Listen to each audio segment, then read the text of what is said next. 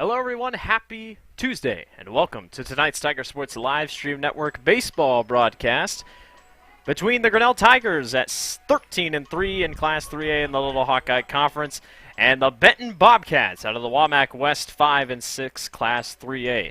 Dad, we had a crazy game last night on the softball field with a walk-off. Grinnell boys had a walk-off last night against Oskaloosa.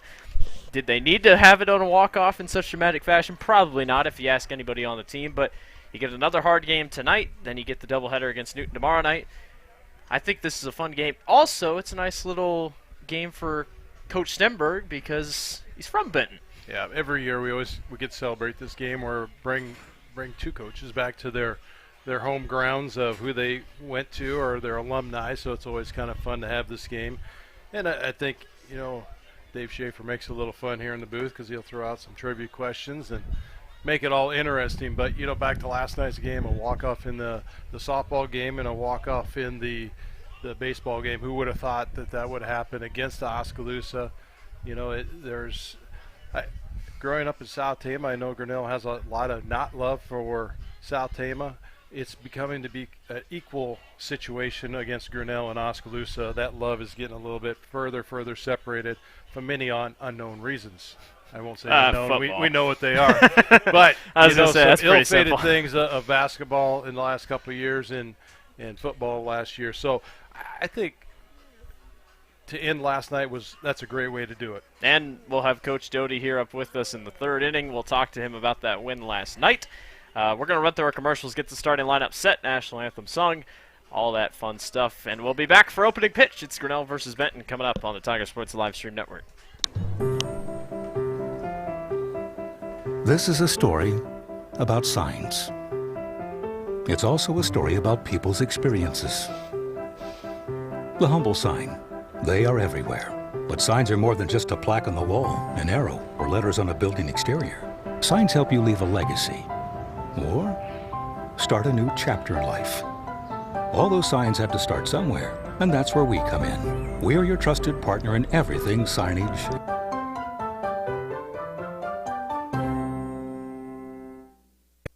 Tomorrow. Some fear the uncertainty it brings. Some trust the promise it holds. At Grinnell Mutual, we are always looking forward to tomorrow, growing and innovating. So even if the plans you have for the future aren't the same as the plans the future holds for you, you can be ready. Because we'll be ready, like we have been for over 100 years. Trust in that. Trust in tomorrow. Talk to a Grinnell Mutual agent today. The engine makes the power. The transmission sends it to the drive shaft. The drive shaft turns the gears. The gears turn the axles. The axles turn the wheels. Together it's the powertrain. And only at West Finch Auto Plaza, every bit of it has a 100% warranty. Forever. No parts, no labor, no deductible. You can't buy it. It comes with the car whether you want it or not. Only at West Finch Auto Plaza, where you always get a great deal and a great deal more. There are a lot of great reasons to make Medicap Pharmacy in Grinnell your pharmacy. Hi, this is Jennifer Stallman, and if you are like me, you have a busy schedule. So why wait around to get a prescription filled? At Medicap Pharmacy, we can call or text you when your prescriptions are ready. It's a free service that is available on request for any of our customers. Of course, we also have a convenient drive-through, free weekday deliveries, and free mail-outs as well. Just another great reason to make Medicap Pharmacy your pharmacy on Highway 6 West, Grinnell. Grasshoppers, turtles, polar bears, and chunky monkeys? The Dairy Barn, located at 1810 6th Avenue in Grinnell, is not your typical barnyard. Stop by before or after the big ball game to pick up your favorite ice cream or flavor of the day yogurt. They also have a full line of delicious foods including tenderloins, pulled pork sandwiches, popular chicken wraps, and much, much more. Don't have time to stop at the barn? Catch them on the move at some of the favorite events around Grinnell, or give us a call and try out our catering. And don't forget to check out www.dairybarngrinnell.com to order online or the Chow Now app. Remember, I scream, you scream, we all scream for Dairy Barn. The Tiger Sports Live Stream Network is brought to you by ASI Signs, Grinnell Mutual, West Finch Auto Plaza, Polly Ice Pizza, Medicap Pharmacy, the Dairy Barn, and our innings are brought to you by Benton State Farm. Our scoreboard is also sponsored by Grinnell Mutual. Thank you for being a sponsor of all sports all season long.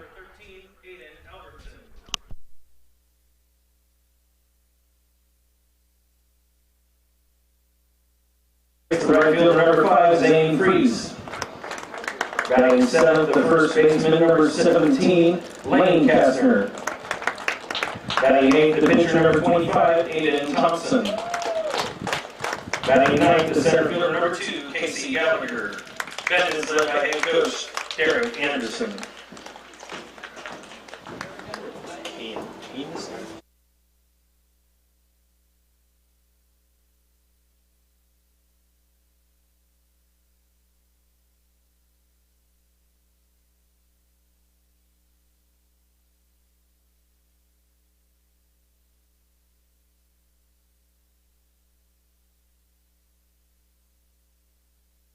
Now, the starting lineup for your Grinnell Tigers, leading off the shortstop, number 10, Isaiah Sack.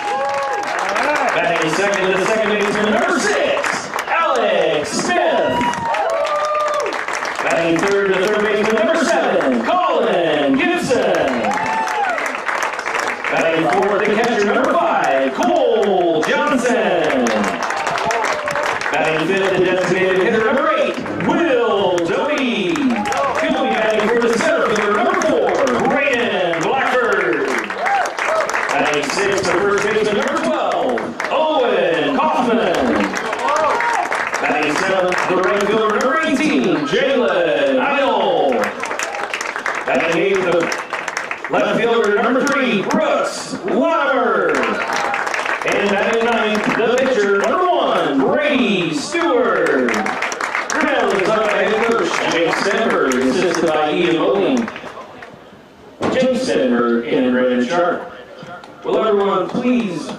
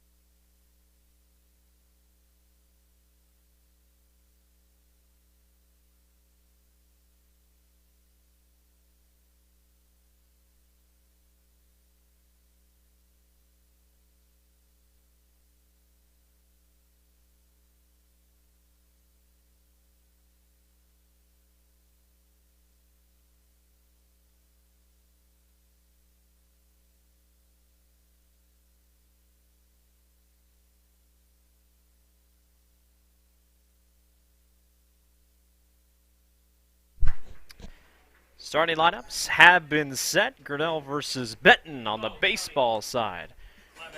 Ready to get going between the Wamak West and the Little Hawkeye Conference. These two teams, familiar foes, played a couple games against each other the past couple seasons.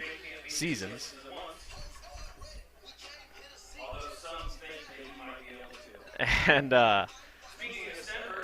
yeah, like we talked about in our pregame, both Stenbergs are from Benton, so they're nice little homecoming for these guys tonight.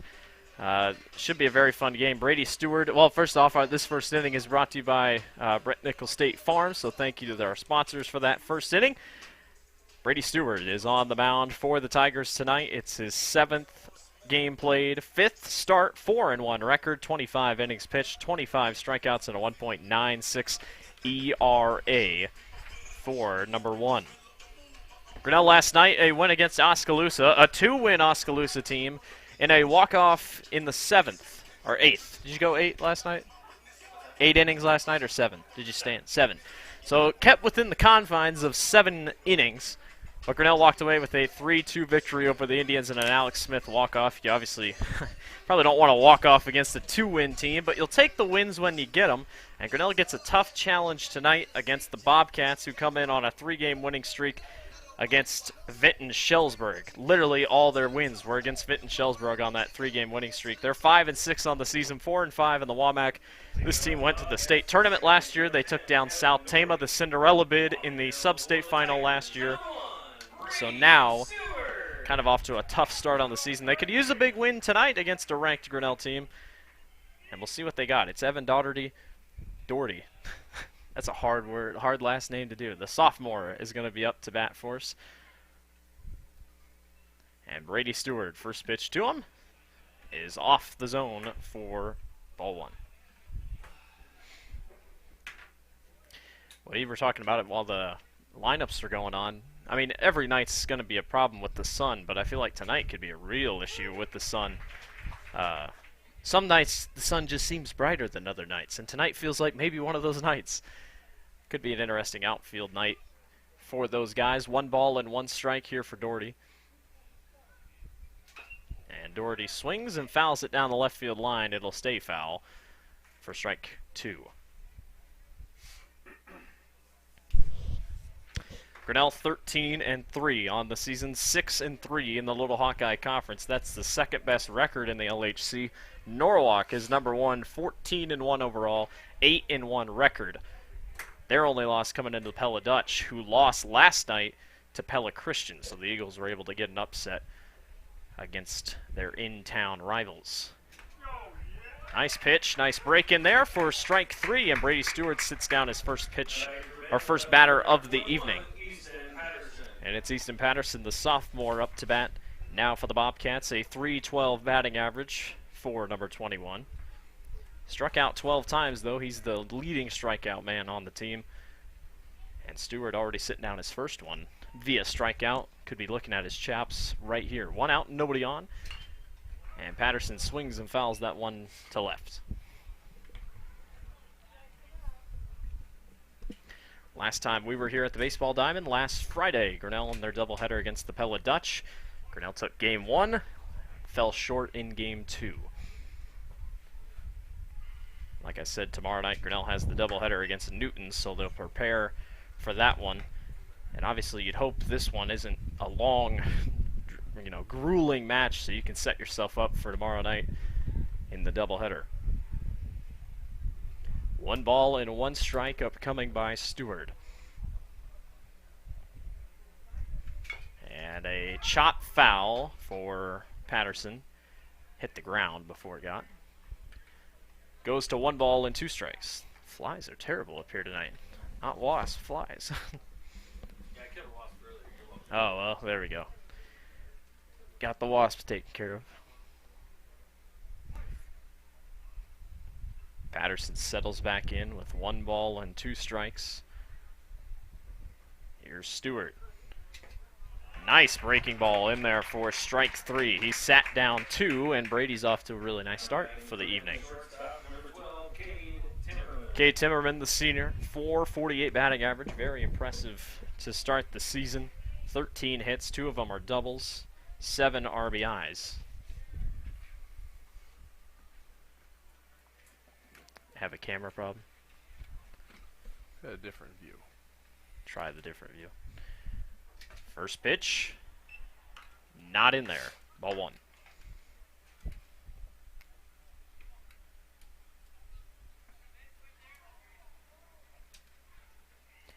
Timmerman back into the box. 1 ball and no strikes.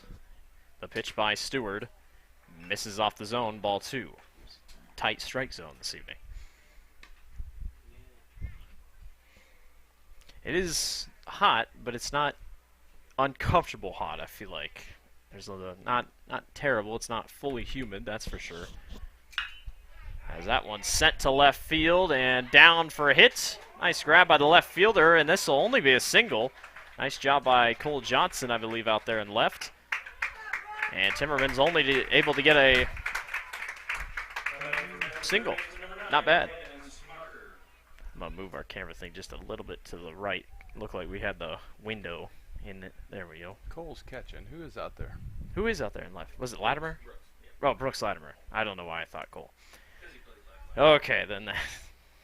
So good catch by Brooks out in left field. Because that thing looked like it was going to be possibly a double. That one in there for strike one. This is number 9, Landon Shoemaker. 281 batting average on the season for the Bobcats.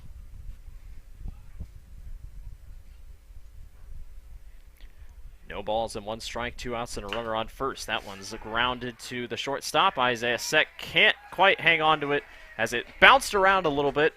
Not a lucky bounce by any means, and that'll bring up Aiden Albertson with Benton with runners on first and second. Kind of saw that last night in the softball game. Just unlucky bounces where the ball will just crawl up your glove and you can't really do much about it. Yeah. It is very dry, still in a drought.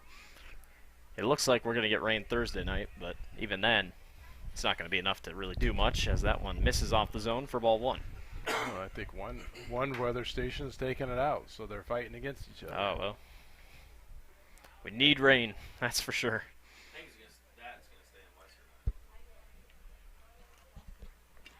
I did hear there was possibly relief next week. 1-0, 2-0. So Benton, 2 quick outs on quick strikeouts, but 2 straight batters have gotten on base. And the Bobcats threatening to score here in the first inning.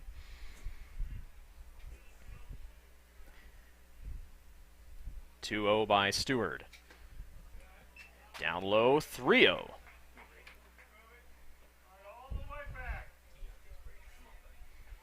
Albertson settles back in. He's got him right where he wants in the count. Probably don't even have to swing at this one.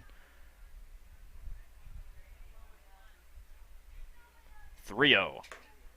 Upstairs, ball 4, and the bases are loaded, and Stenberg's going to go have a chat with Stewart as Benton already threatening to score in the top of the first.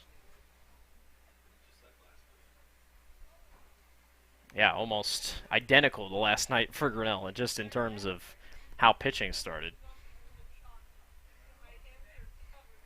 And Grinnell's been able to close out, quite a few close games. Norwalk's really the only close game they've let go big time. We're able to take down Pella in extra or on a walk-off, took down Wes Marshall in a walk-off, Oski last night.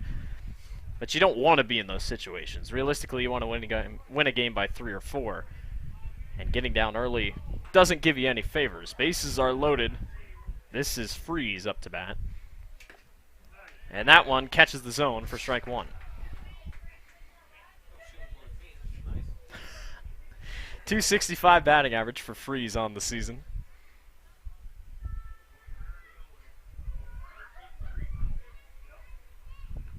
Bases loaded, 0-1 by Brady Stewart. Can't quite get there for ball 1.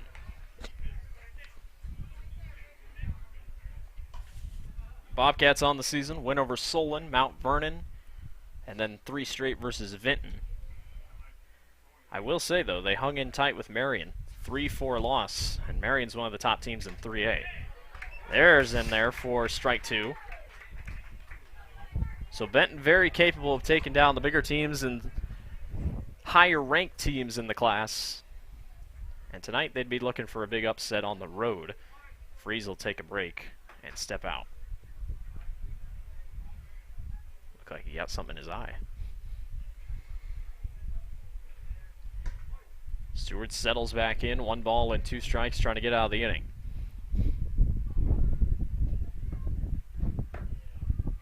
One, 2. Outside, ball 2.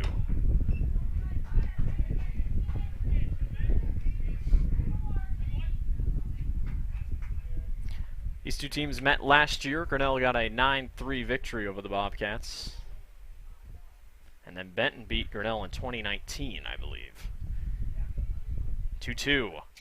That one's sent to center, and the center fielder will make the grab, and Grinnell leaves 3 stranded. We're headed to bottom 1, 0-0.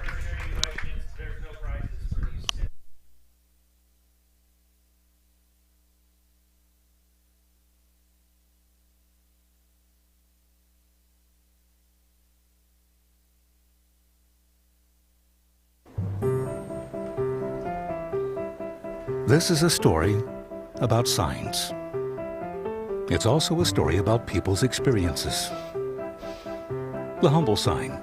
They are everywhere. But signs are more than just a plaque on the wall, an arrow, or letters on a building exterior. Signs help you leave a legacy or start a new chapter in life. All those signs have to start somewhere, and that's where we come in. We're your trusted partner in everything signage.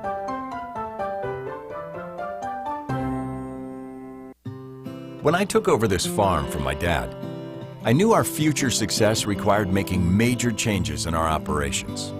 That meant adding acreage, more and bigger equipment, investing in powerful technology, hiring employees. We even started a seed business. Fortunately, working together with Grinnell Mutual and my local mutual insurance company, my agent was able to cover everything, giving us more trust in tomorrow. The Tiger Sports Livestream Network is brought to you by ESI Signs and Grinnell Mutual. Benton strands 3 on base in that top of the first, and now we're headed to the bottom of the first at 0-0. Isaiah Seck up to bat. Number 25, Aiden Thompson on the mound for the Bobcats. The junior is 1-1 on the season, 5 innings pitched, and 7 strikeouts, 5.25 ERA. That one in there for strike 1. As Isaiah watches that one go past. Isaiah on the season, a .386 batting average, 21 hits, 5 RBIs. He grounds it right to the second baseman. He'll catch on the hop, throw to first, and retire for out number 1. The hero last night, Alex Smith, hit the walk-off hit against Oskaloosa to win it for the Tigers. Got a couple home runs on his season, so a couple reasons to be excited when Alex steps up to bat. A nice little 1-2 punch here with Alex and Colin in the batting order. Alex fouls that one right back to the dugout. First pitch he sees.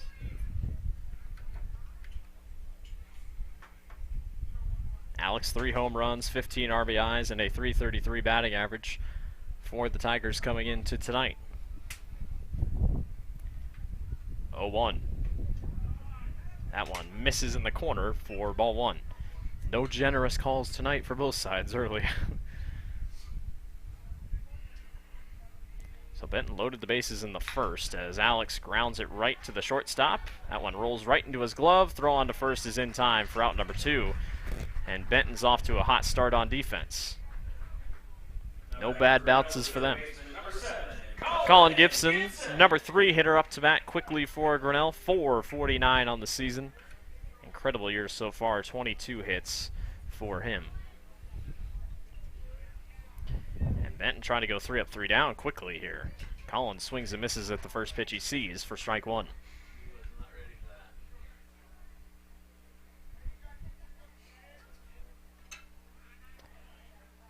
Oh, 1 by Thompson. Upstairs, ball 1.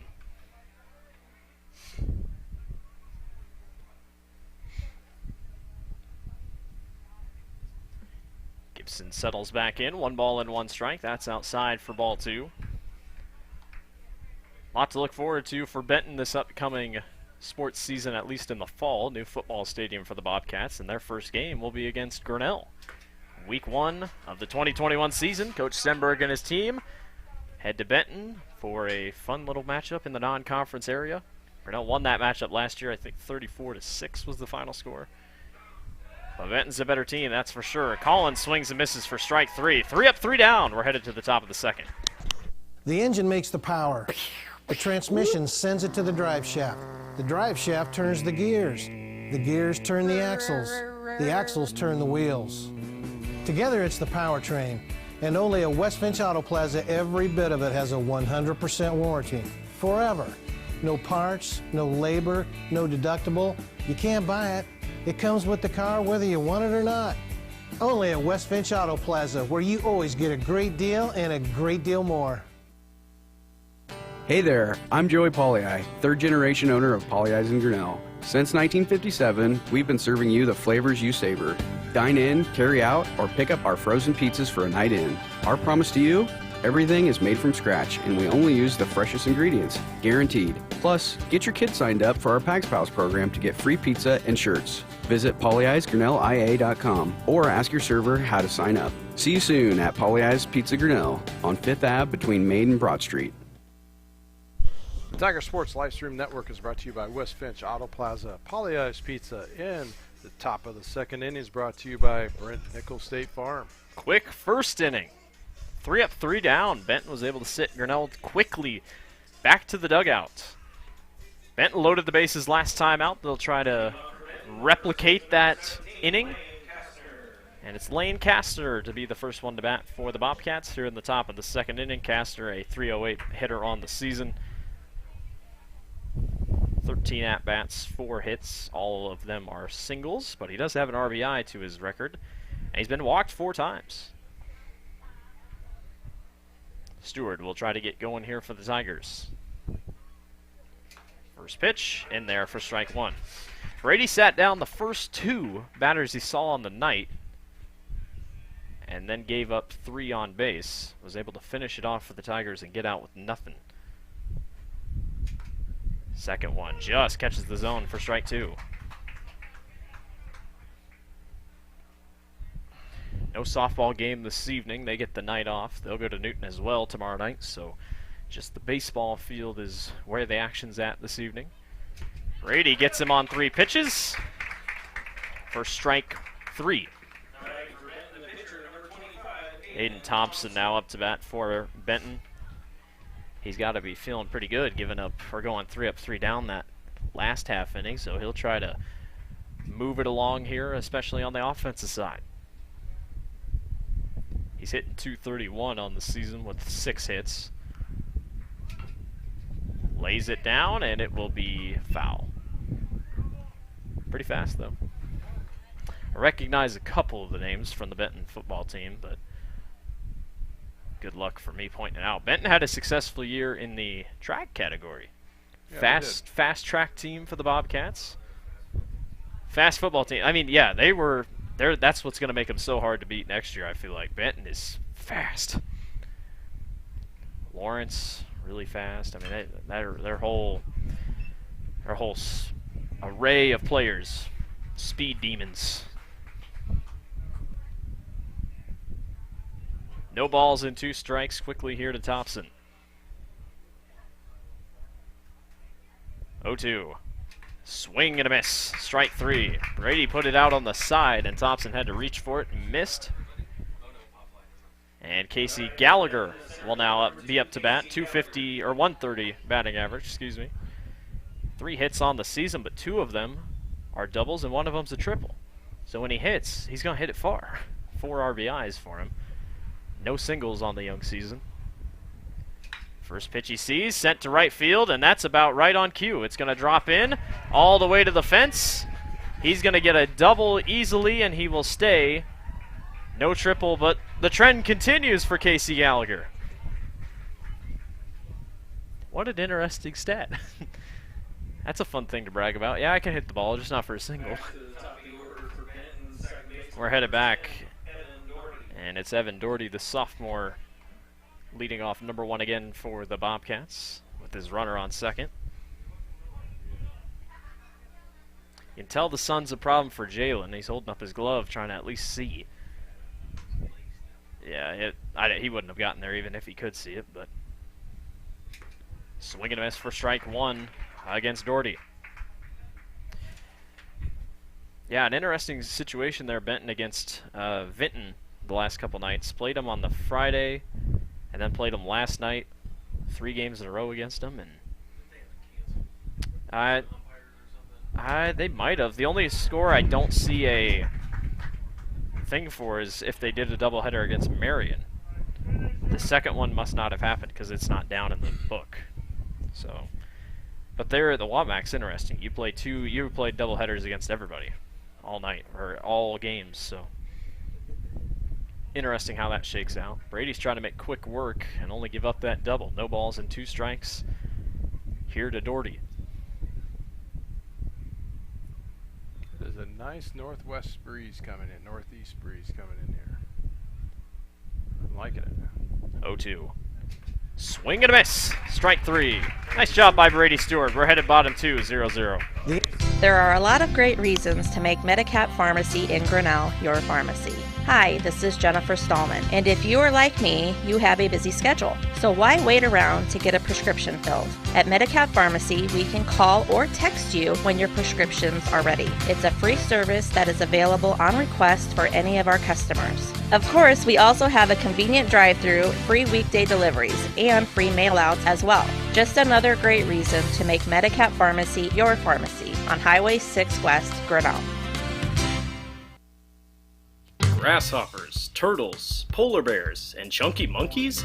The Dairy Barn, located at 1810 6th Avenue in Grinnell, is not your typical barnyard. Stop by before or after the big ball game to pick up your favorite ice cream or flavor of the day yogurt. They also have a full line of delicious foods, including tenderloins, pulled pork sandwiches, popular chicken wraps, and much, much more. Don't have time to stop at the barn? Catch them on the move at some of the favorite events around Grinnell, or give us a call and try out our catering. And don't forget to check out www.dairybarngrinnell.com to order online or the Chow Now app. Remember, I scream, you scream, we all scream for Dairy Barn. The Tiger Sports Livestream Network is brought to you by Medicap Pharmacy and Dairy Barn. Oh. Cole Johnson up to bat here in the bottom of the second. First pitch he sees is in there for ball 1. Southeast Iowa? Southeast Iowa team? Let me think. Old Davis County. Southeast. Ottumwa. So Dave asked the question in the middle innings. Jake Stenberg with Benton threw a no-hitter against a team, and we're trying to figure out who it is. And the team is in Southeast Iowa. Ottumwa, Keokuk, who's the Pleasant Hill?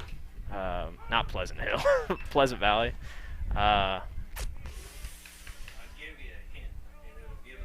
So if there's anyone from Benton Community that knows the answer, click on the Facebook or go onto our Twitter account at Tigers Live and just send us a little message. It's full count here for Cole Johnson. Mount Pleasant. There we go. Johnson sends it to right, and the right fielder makes the grab, falling backwards. Nice play by Freeze. Good hit, though, by Johnson. And Will Doty steps up to bat for the Tigers. Will Doty. Southeast Iowa teams. Burlington. Oh, Washington. That's too easy. No, just kidding. I was thinking, I'm like, well, Washington, so Washington. The Demons.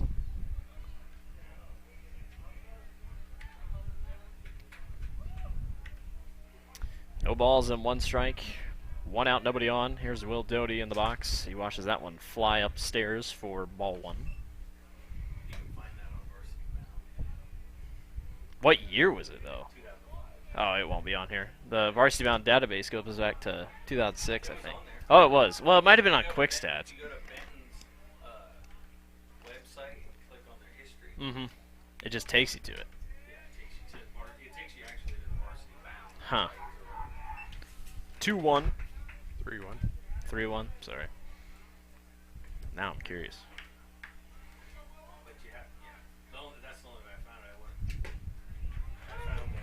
Strike 2. I just wanted to look up their history. I never graduated around 05, 09 area.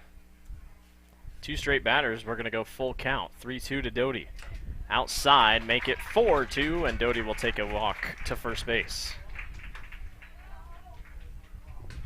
Now batting for the Tigers, first baseman, number 12, Owen Kaufman. Owen Kaufman's up to bat here for Grinnell.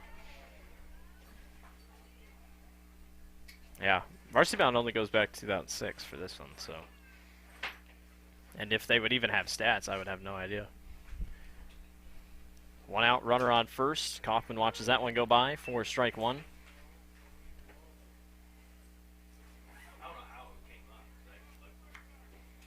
So Benton in 2007 lost to Washington.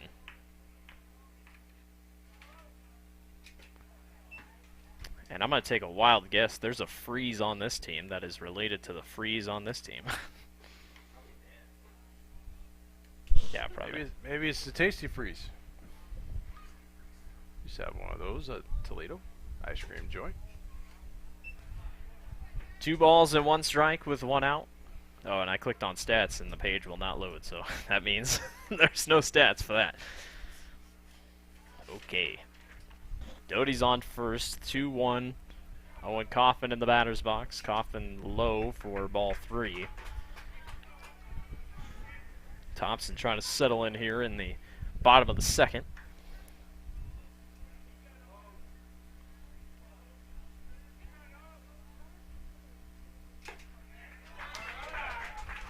Ball 4. So now runner on first and second for the Tigers. And it brings up Jalen Idle. 18. The crease of his number looked like 19. Jalen 250 season average in the hitting category, 4 hits. One of them was a triple, 2 RBIs for the sophomore. First pitch he sees, ball 1.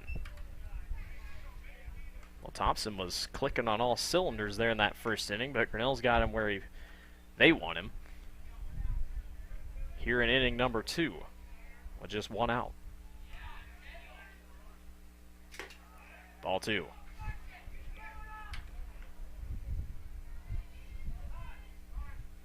Benton will take a time here. And it's the shortstop that came down and talked with Thompson. Is that normal? Usually a catcher goes out, but I was going to say.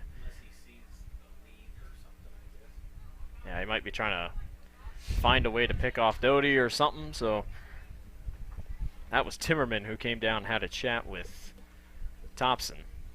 And he'll mentally reset. It's 2 balls and no strikes with 1 out and a runner on first and second for Grinnell. That one misses upstairs for ball 3. There's been close pitches all night, it feels like, around the zone, but not getting too many favors. 3-0. Upstairs, ball 4, and the bases are loaded for the Tigers with just 1 out. And I believe Brooks Latimer is up to bat. Brooks 267 on the season, 8 hits, 7 of them are singles, 1 of them's a double, 4 RBIs. He's walked 7 times, struck out 13. First pitch he sees, again, just too high. And now Coach Anderson's going to have a talk with his pitcher. The thing is, he's not missing by much. It's just barely catching or barely missing the top. Okay, so give me a hint to that last question. So Jake was the pitcher, Johnny was the catcher. Jake threw it out. Again, we'll have Coach Doty on here in the 3rd inning, talk about the win last night against Oskaloosa.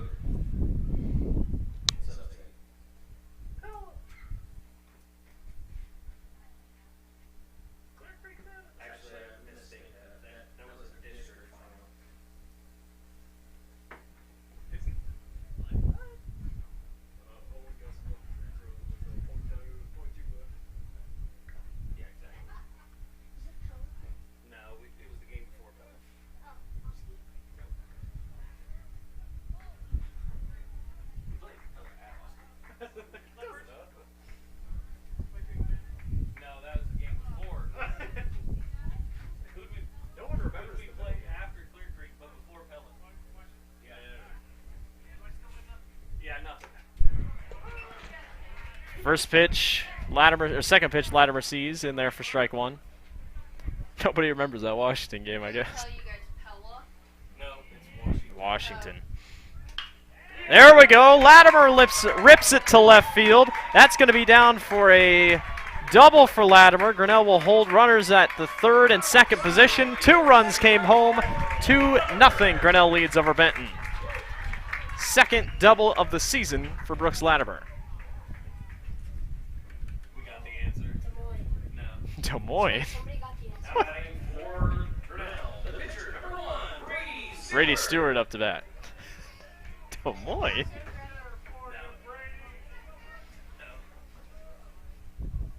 Des Moines, one singular school. He was smart. He was going to say Des Moines and see if he could just get the Des Moines school. North, west, east. Was it Babe Ruth's hometown? 0-1. Outside in the dirt. Nobody runs, so it'll stay 1 ball and 1 strike. No, 2-1? No, it 1-1. was Washington. 1-1. I remember watching that game on the live stream, and all I could think was the gym did not look very cool. That's all I said. 2-1. I remember driving home, and Dave says, "Don't take the Yoder Turnpike." And that's what I ended up on coming home. Oh, my gosh. Owen sunk free throws to win that game for Grinnell. They went on to the district final, fell short to Pella, who then went on to win the state tournament. Good question, wasn't it? It was a good question. Classic Grinnell losing We in the turned the district corner. final to the team that wins the whole thing. Lori Happened says, to baseball. Yoder Turnpike. I said, yeah, Schaefer told me not to go this way. We actually went the way you went now. Yeah. I was just trying to find the way to get back to the interstate. I couldn't find it. Still 1 out, 3 balls and 2 strikes. Full count here for Thompson. New world down there, folks. Caught it. Strike 3. Thompson gets that much needed out. Grinnell crowd didn't quite agree with it. And Isaiah Sex steps into the batter's box, seeing if he can bring home the runners in 2nd and 3rd. Good old Siri did not want me to leave town without seeing the countryside. Grinnell's going to have to get used to that Washington location. They got to go down there next year, not this upcoming season. That one's grounded short. The shortstop throws on to first in time for out number 3. Grinnell puts up 2. They lead 2-0 over Benton. Big signs, little signs, ADA, routed, dimensional, digital, environmental graphics, monument, donor and history recognition. We do them all. And more importantly, we work with you to understand what is best for your location, budget, brand, and building code. You don't need to be an expert in design, wayfinding, zoning, materials, installation, or ADA compliance. We'll be your trusted partner throughout. Because signs do more than point the way. They help the world make sense.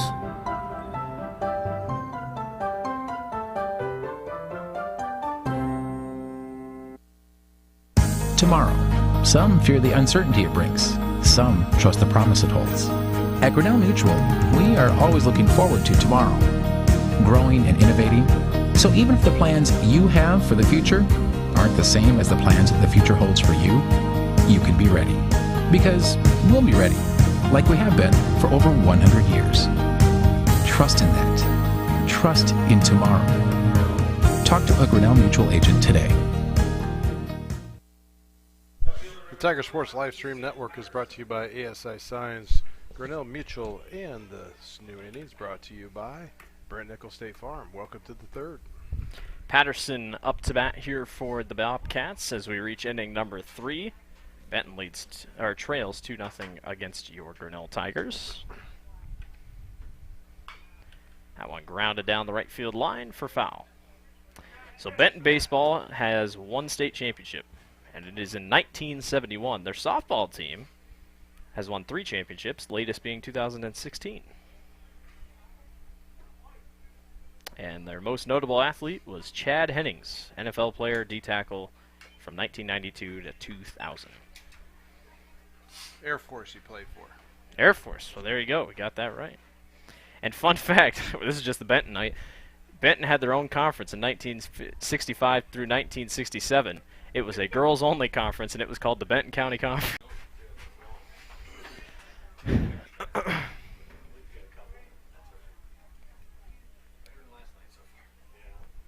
3-2 upcoming by Stewart, trying to get out number 1. One of the red mics, maybe. Here, got a headset. Plug this in. There you go. Stick that on there.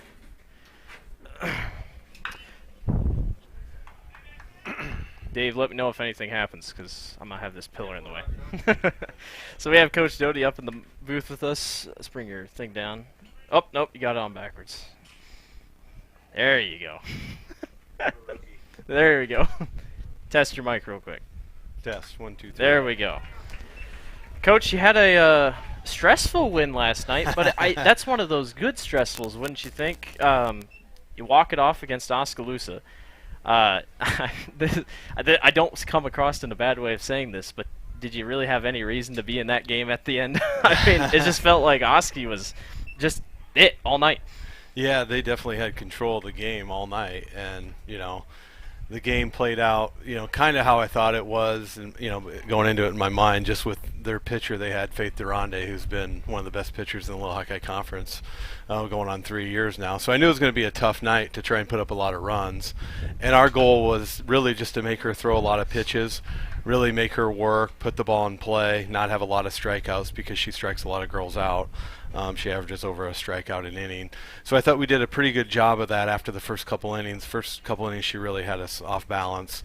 I think we had 5 strikeouts through 3 innings, and we finished with 7. So, I thought as the game progressed and went on, I thought we made some adjustments, started, really getting some better swings at pitches that we could do something with. And then, I think late, I think she did tire a little bit. Her fastball didn't seem to have as much pop as it did earlier in the game.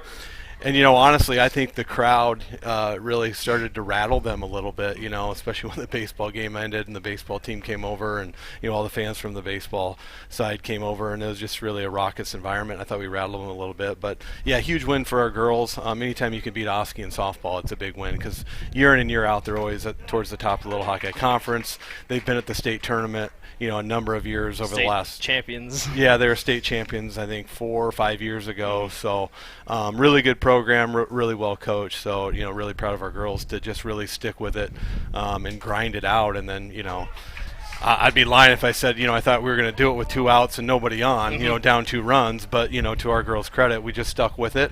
And we got a couple base hits in a row by Lindsay and Kate Van Compernal, and then obviously Ella with the huge hit, getting the triple to score both of them. And then, they intentionally walked Kate. Yeah, that was surprising. I mean, not surprising, but yeah. I mean, even they were kind of in a bad position because you had Ashley coming up right after Hannah, so you couldn't really walk Hannah. Right. You really caught him at the right time with your production from the bottom of the lineup. Yeah, really. Our girls at the bottom did a good job of, getting on base. And then, it was kind of tough for them because, do you pitch to Kate? Well, she's really done some damage against them in the past. Right. And then, we've got Hannah hitting behind Kate, and Hannah's this year has been our best hitter in terms of average and just, number of hits, that sort of thing.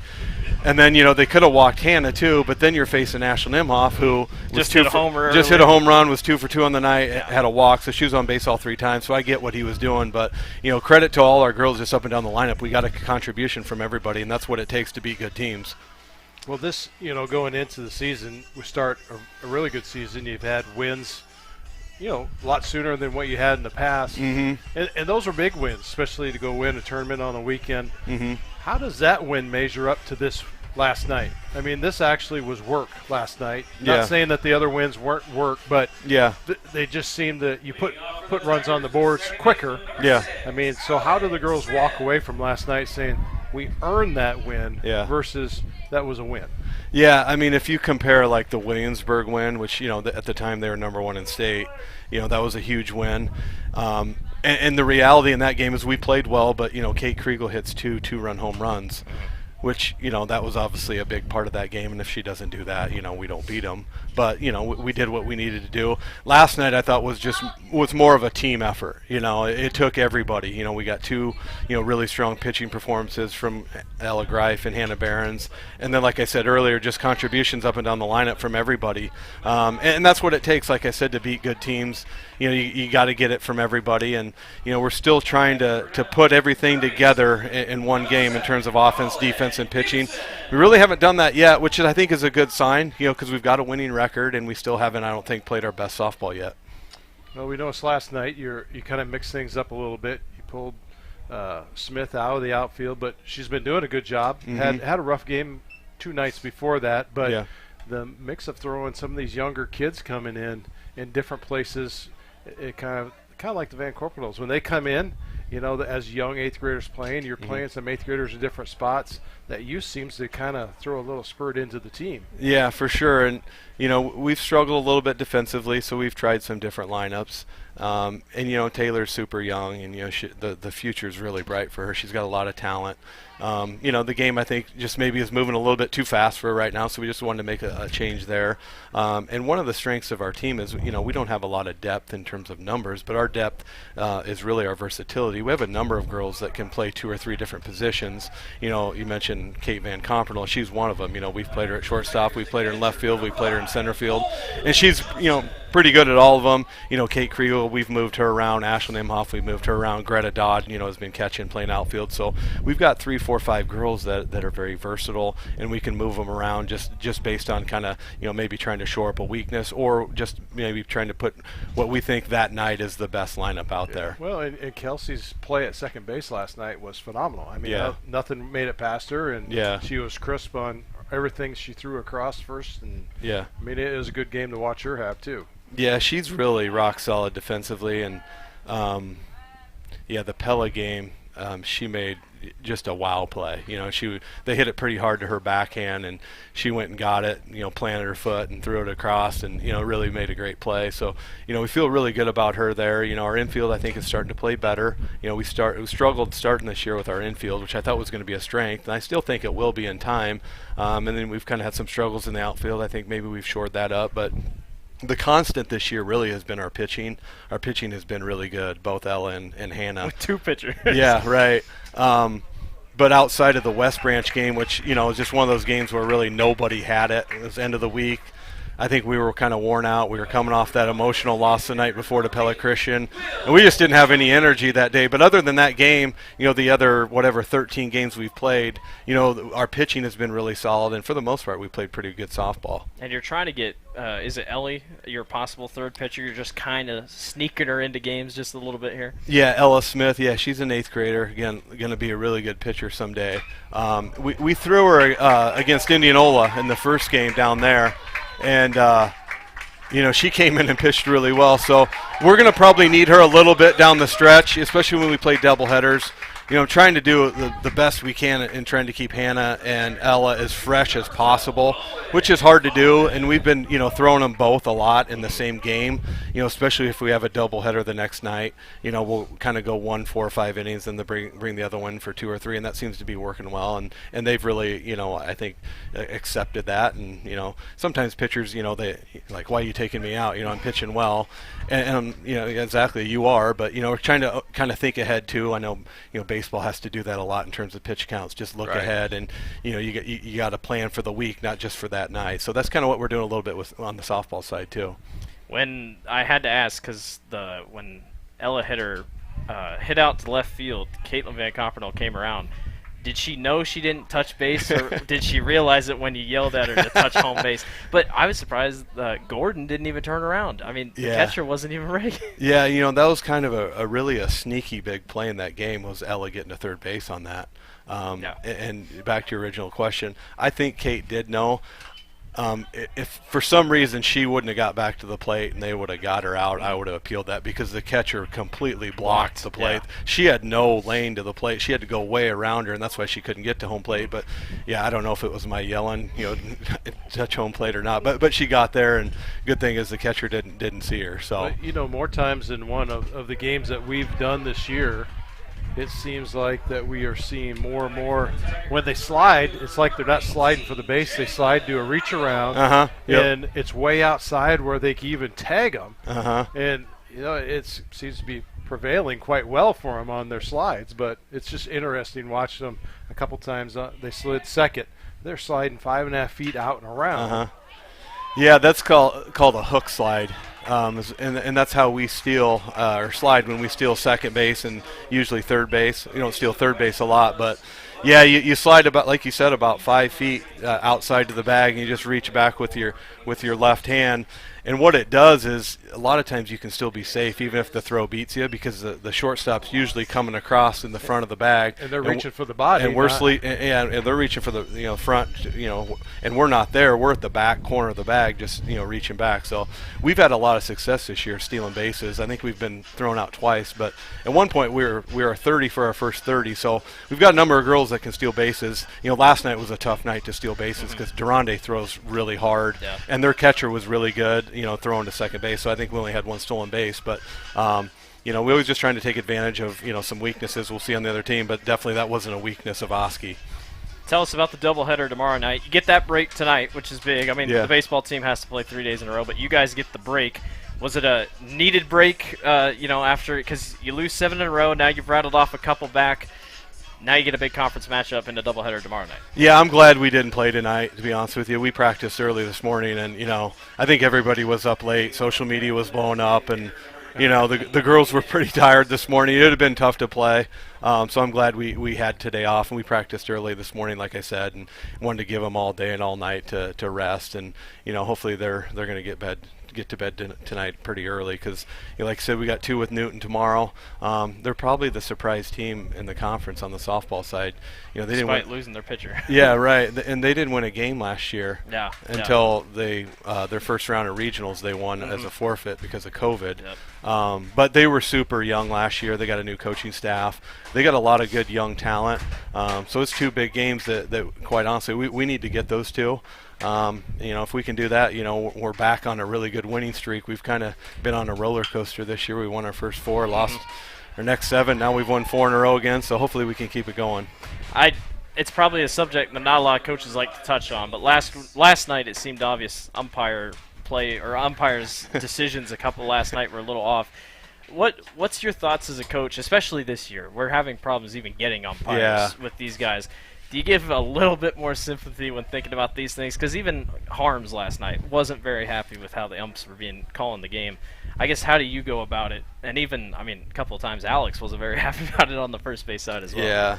Yeah, it's a tough deal because, like you said, there's a shortage of umpires, and some of these guys have been doing it for a long time, and they, when it's hot, they get tired. And I guess from my standpoint, the only thing I really want or expect is, no matter what the strike zone is, just keep it the same all night and keep it the same for both teams. And I know Coach Harms really well, and we chatted a couple times throughout the game, and we said the strike zone tonight is from the ankles up to your chin, and literally there were pitches called, one in our favor, one in their favor. I know we struck them out at the end of the 7th inning on a pitch that was down at the ankles, and then Hannah had one called against her that was at her chin. So that makes it tough when you don't know what is a ball, what's a strike, because if you have consistency, then it's up to your hitters and you as a team to adjust to that strike zone. But when it changes, it does make it pretty tough. What's it been like to coach with Alex this year? Yeah, it's been great. Newcomer. It's been great. He's been a huge addition.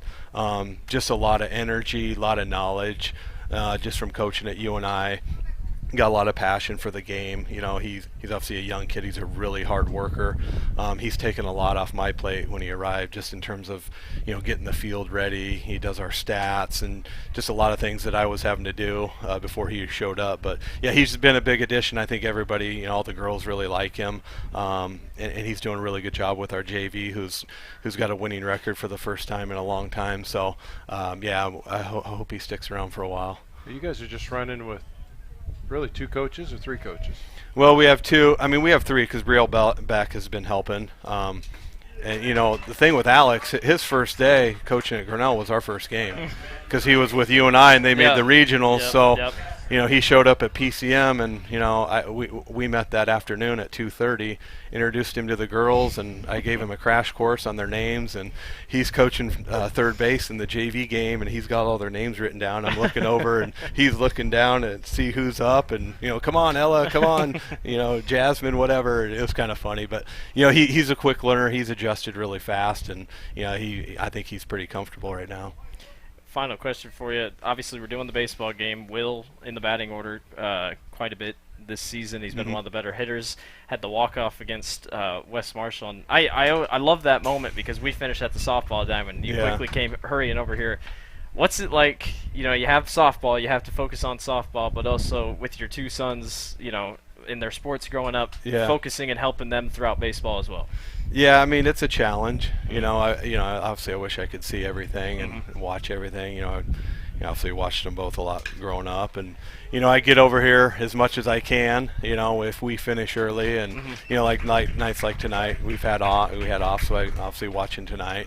You know, I've actually seen a fair amount of games, just the way the schedule has worked. But yeah, he's having a blast on this team. You know, they've got they got a really good team, a lot of good kids, a lot of talent. You know, obviously their pitching has just been dynamite this year, and you know, I think they've got what it takes to, you know, get to the state tournament. Not to jinx them, but you know, I know that's their goal. I know they talk about it, so I think it's okay if I do. You know, so it's exciting to see him. You know, baseball is Will's favorite sport, always has been. So he's having the time of his life playing with his friends. Well, I gave that Oski softball pitcher last night all the credit, and I jinxed her, and she did what she did. So, well, so you talk about goals. I guess we'll wrap it up on that. What's the goal here for the softball team? You know, I mean, obviously make the state tournament. That's the big thing. But do you have any smaller goals that you're just like, let's get to this, then we go to this, then we go to this? Yeah, really just, you know, daily improvement. You know, we talk about just getting better every day. You know, like I said earlier, we still haven't played our best softball yet. You know, we want to peak at the end of the season. You know, the regional pairings will come out at the end of next week.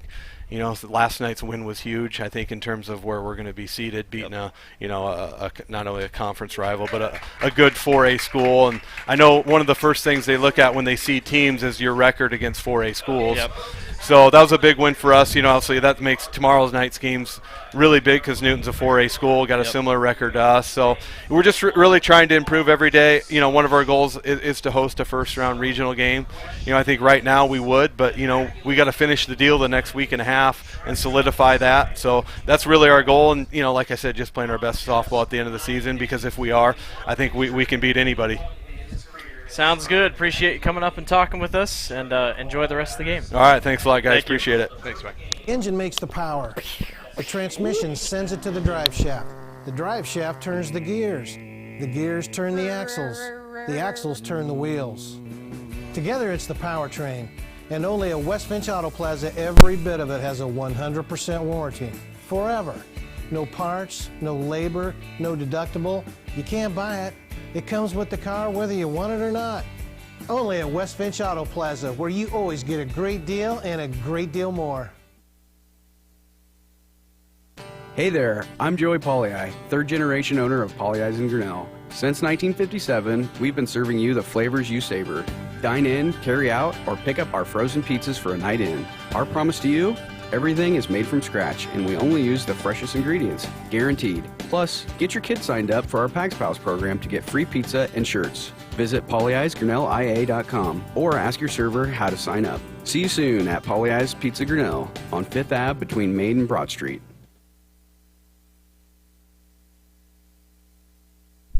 Tiger Sports Live Stream Network is brought to you by West Finch Auto Plaza and Pollyi's Pizza. And this new inning is brought to you. Oh, we're still in the bottom. We're not even in a new inning yet. It felt like we were flying along there. Thank you to Mike Doty for coming up and talking with us here on the live stream. Head softball coach for the Grinnell softball team. Brooks Latimer's on fire tonight. He knocks that right to the center fielder. That's going to be down for a single. He's 2 for 2 on the night. While we were talking, we weren't able to give an update on the game, but you could see it. Grinnell extended their lead 3-0 over the Benton Bobcats. And now with one on first, it's Brady Stewart up to bat here for Grinnell. Always good to talk with Coach Doty. We have a podcast on our podcast page with him a couple years ago. That was a really good one. Which we'll go ahead and we'll segment that, and then we'll throw it back out. Probably, yeah, something like that. Latimer, late go. Got him. Brooks kind of went a little late, and Benton was able to catch him while he went. And a quick one out here as Stewart will set back in with 1 ball, no strikes, and 1 out. You're right, it has turned into a pretty nice night. Granted, the breeze looks like it's pretty much gone. The flag's not moving too much in center field. 1-0, skied foul.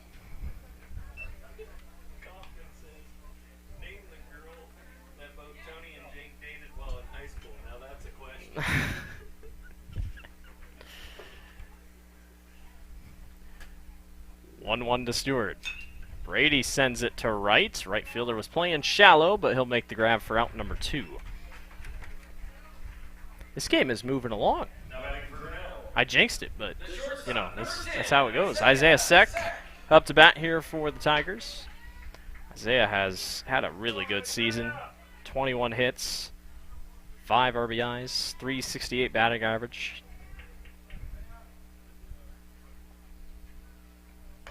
Yeah, watch that one go upstairs for ball 1. I've talked to Isaiah a couple times just during the week in between games and whatnot, and the thing I love about Isaiah is his focus when it comes to just playing the game. He loves baseball. My favorite was when I asked him, I didn't know who Grinnell played, I think, the next day, and I was like, Isaiah, who do you guys play? And he's like, I don't know, man, I just get on the bus. He's taking me somewhere to a ball game. Ball game that he loves. 3 balls and no strikes. Isaiah's hanging in tough here.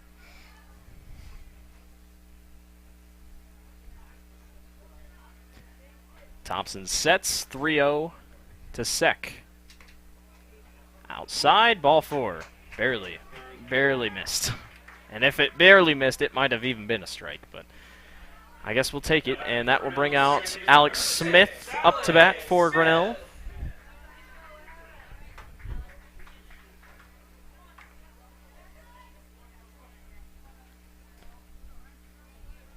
Smith, the hero last night in the walk-off against Oskaloosa. Trying to give Grinnell an even bigger lead. He lines that right up the middle, right into the gap between the shortstop and the second baseman. And the center fielder can't grab it. Isaiah's going to jump at that opportunity and go to third. The slightest bobble. And Isaiah said, all right, let's go. So runners at the corners with Colin Gibson up to bat for Grinnell. And we know Colin can bring him home, so this will be an interesting at-bat.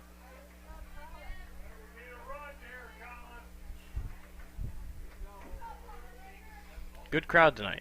Good Benton mix, Grinnell mix.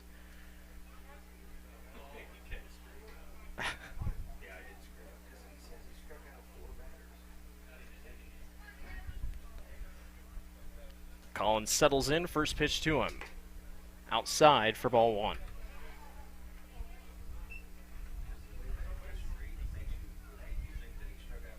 Oh, was our trivia question wrong? Oh. Gibson sends it high to shallow. The shortstop makes the grab. Retires the side. 3-0. We're headed top 5. Grinnell leads. There are a lot of great reasons to make Medicap Pharmacy in Grinnell your pharmacy. Hi, this is Jennifer Stallman, and if you are like me, you have a busy schedule. So why wait around to get a prescription filled? At Medicap Pharmacy, we can call or text you when your prescriptions are ready. It's a free service that is available on request for any of our customers. Of course, we also have a convenient drive-through, free weekday deliveries, and free mail-outs as well. Just another great reason to make Medicap Pharmacy your pharmacy on Highway 6 West, Grinnell.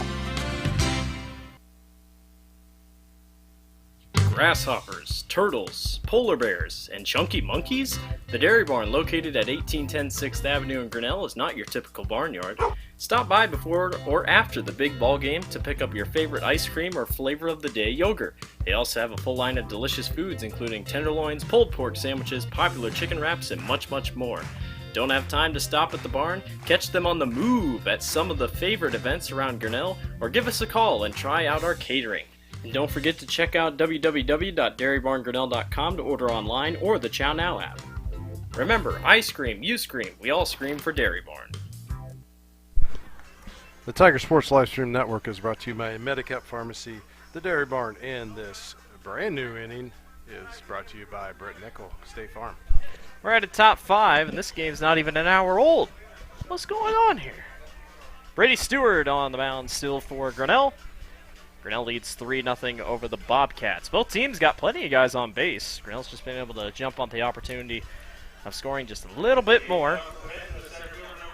Casey Gallagher up to bat for the Bobcats.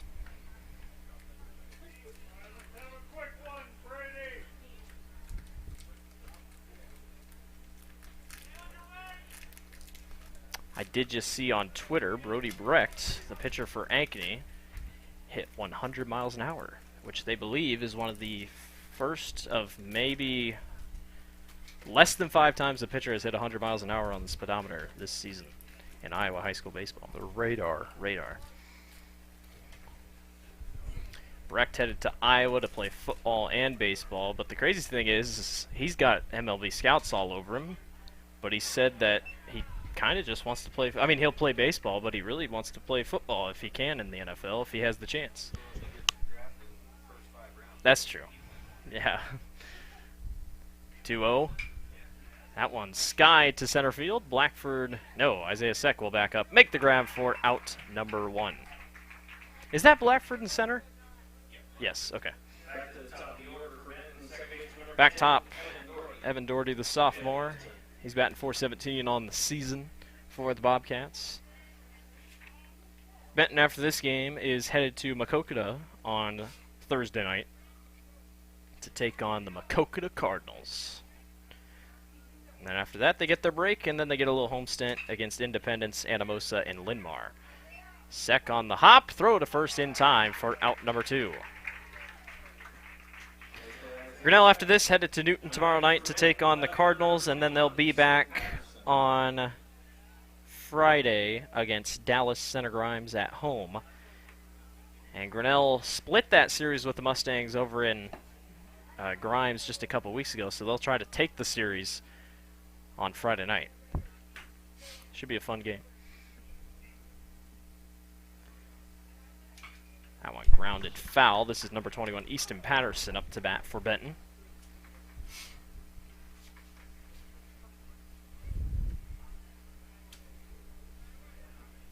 Is there any other facts I can dig up about Benton? East Central Conference. They were in the East Central Conference from 1967 to 1986. The boys were. Girls joined in 1968, obviously after they finished their Benton County Conference. And 3-time cross-country champs, 3-time softball, 3 outdoor event titles in track, 3 outdoor state champs in track for girls, and 4 individual state titles in wrestling.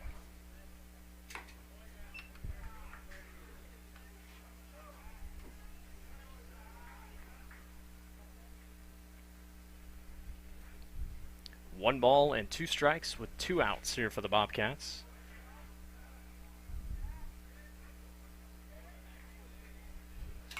That one fouled to left field.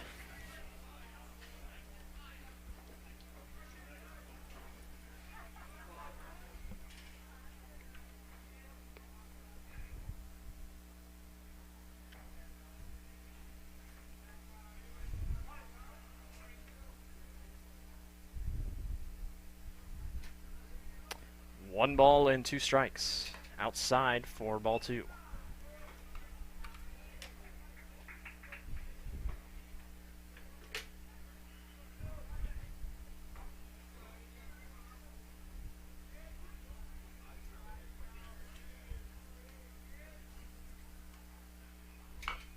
Grounded. Catch by Stewart. Throw on to first, and he left it short. Owen Kaufman will run and pick it up, and a lazy ball by Stewart. That was just a, what'd you call it, miscommunication? Brady just tried to lob it to Owen and got just a little lazy with it. Coach Stenberg say, hey, we're good, calm it down. So the runner goes to second, and now it's number 12, Cade Timmerman, up to bat. Tigers pick up their second error on the night. They had, what, 5 errors last night? We had 3 errors. 3 errors.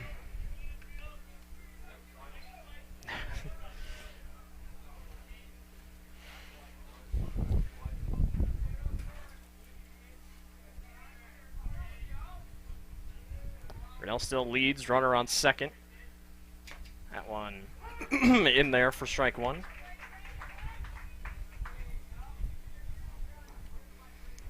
Here's your easy trivia question. Which school Benton absorbed which school in 1991? Nope. Try again. Nope. Try again. 1990 to 1991. I could give you a hint. It would give away the whole thing easy. Too easy. Dad, you know? Dad knows. 1 ball and 1 strike. I'll give you your hint after this pitch. Outside for ball 2. Dave, they are 20-time state champions in baseball. Norway. Norway. Norway was absorbed by Benton Community in 1991. No, I doubt it. That is launched to right center. And that one's caught and made. We'll talk about it more when we come back. Bottom 5, Grinnell leads 3-0.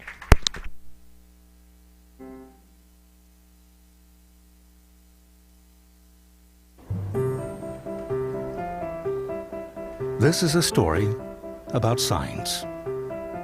It's also a story about people's experiences. The humble sign. They are everywhere. But signs are more than just a plaque on the wall, an arrow, or letters on a building exterior. Signs help you leave a legacy. Or start a new chapter in life. All those signs have to start somewhere, and that's where we come in. We're your trusted partner in everything signage.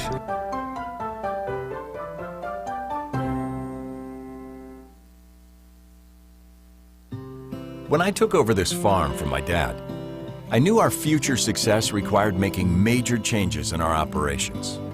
That meant adding acreage, more and bigger equipment, investing in powerful technology, hiring employees. We even started a seed business. Fortunately, working together with Grinnell Mutual and my local mutual insurance company, my agent was able to cover everything, giving us more trust in tomorrow. Tiger Sports Livestream Network is brought to you by West Finch Auto, ASI Signs and Grinnell Mutual. Cole Johnson up to bat here for Grinnell. Grinnell leads 3-0 over Benton Community. Thompson's still on the mound. That one's for ball 1. We were talking about Norway when we came back. They're in Benton County, so it would make sense that they would be absorbed by Benton. Norway, obviously 20-time state champions in baseball.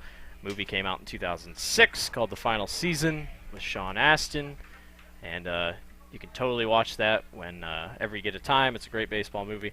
And I thought the Benton County Conference was just for the girls in that one season, but there's more to the story. It says Norway was in the Benton County Conference from at least 1940 to 1978. So Benton wasn't even in their own conference. There it is, Dave. You want to read it? Yeah, who did Norway High School merge with? Benton Community High School. You know, I've seen that movie like... Majority of the students were merged into Benton. But never put them together. They throw a fake town in there as the name of who they're going to merge with. Yeah, they do. But then at the end, yeah, they say it's Benton. Did Benton not want to be in the movie? 3 balls and 2 strikes to Cole Johnson. Low for ball 4. Now I'm trying to think back to the movie. What was the fake town? Hamilton. Hamilton. Was it Hamilton? I'm pretty sure they kept mentioning, you're going to go to Hamilton. That's flirting with South Hamilton, which is an actual high school. Yeah, I was going to say, that wouldn't be in the area. Hamilton. I don't know. And their colors are red and white, but this website has them as purple and gold, which maybe they might have been purple and gold for some point. But Will Doty sends it to right field, caught by the center fielder, out for out number 1. History, man, gotta love the old history of the conferences and whatnot. I'm actually looking here at the Benton County Conference, I'm trying to figure out what this conference was all about. I just find it really interesting. That would be crazy. If, here's how you figure out how to solve the conference issue, if there is one in the state. Every county just has a conference. Powashik County Conference. Grinnell. Oh, and Kaufman sends it to right field. It is foul. Man, that was launched.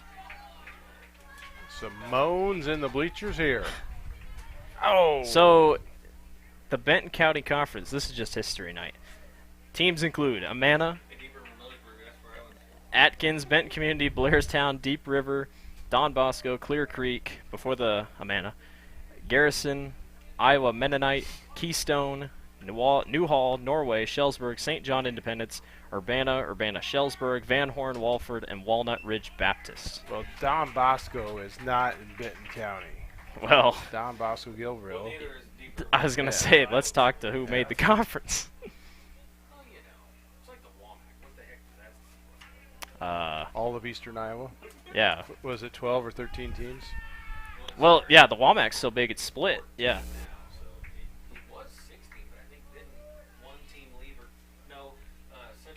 Central DeWitt separated to the Mississippi River Conference with like Assumption and North Scott.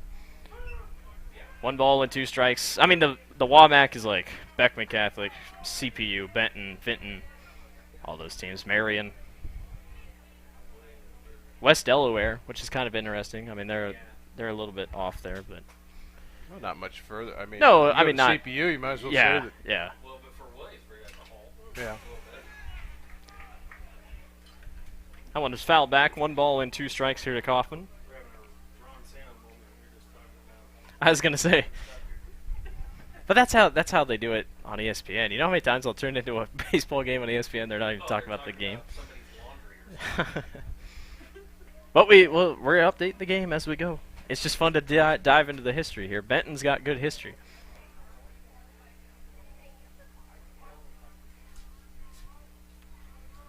Yeah, Norway was truly the last team basically left before the conference disbanded. The throw back to second to try to tag the runner did not work.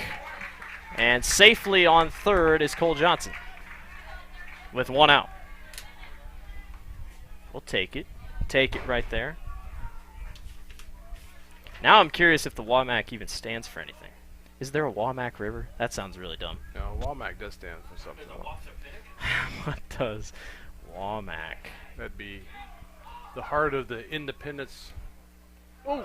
Kaufman gets hit, and he'll take off to first, and runners will be at the sides.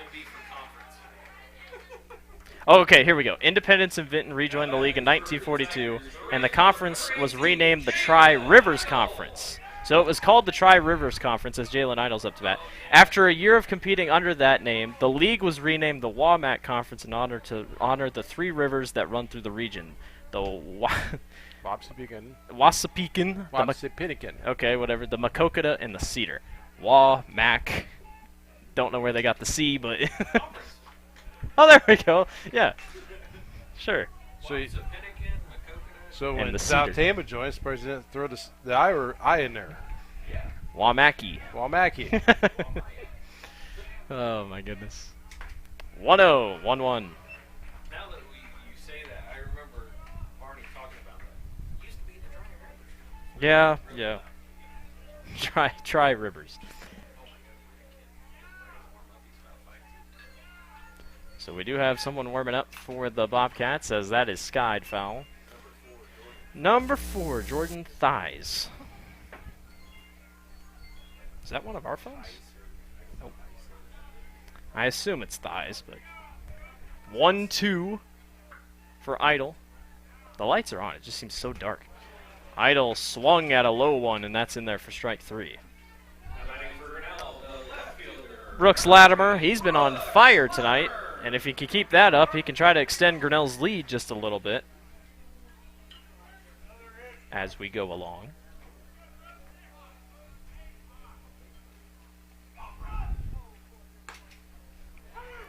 Whoa! Strike 1.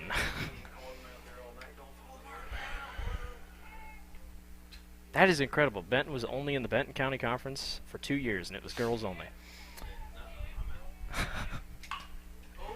That is launched to left by Brooks Latimer. It is foul over the fence. Ho's got to feel bad.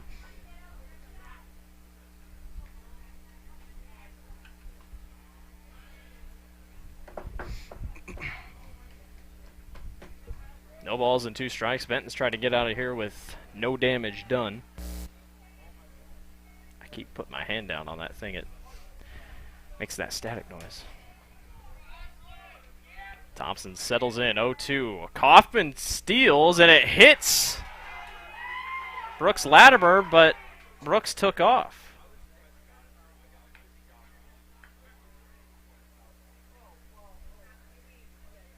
The umpire's looking at something on... He hit his wrist. Oh, so it hit Latimer's wrist. Tony's trying to get an explanation, and now they're going to... Oh.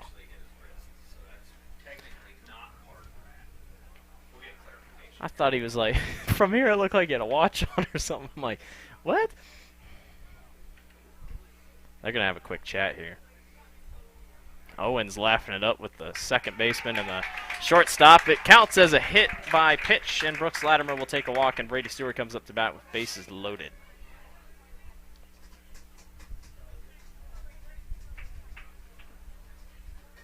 Now batting for Grinnell, the pitcher, number 1, Brady Stewart. So what I didn't see, the WAMAC wasn't the Tri-River Conference to start. It was the Mid-6 Conference. Because you guessed it, there were 6 teams in there.